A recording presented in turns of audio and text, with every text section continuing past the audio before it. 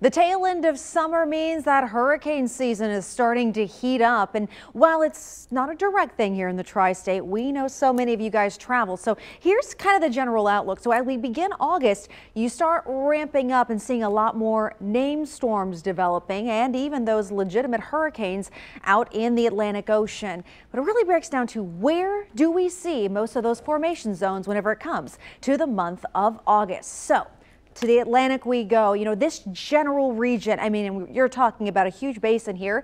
It's, the likely area of development, but we can really kind of fine tune it here and give you some of those more likely zones for tropical storms, depressions, and eventually some of those hurricanes. More likely zones popping up here on the map. You can see that track that leads up through Texas and then a lot of the Bahamas, the greater, the lesser Antilles.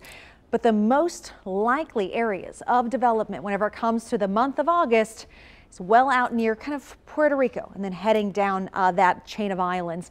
This, though, once they begin, there are kind of two main tracks that we have to watch, and the most favored tracks. Track A is this one that comes really kind of south of Cuba and rolls up into Texas. That's a lot like the track that we saw with Hurricane Harvey last year. That was that major Cat 4 hurricane. Then you have other hurricane tracks that some even go into Florida, not as favored there, but the final track C, last year we had Hurricane Gert, which became a Category 2 hurricane.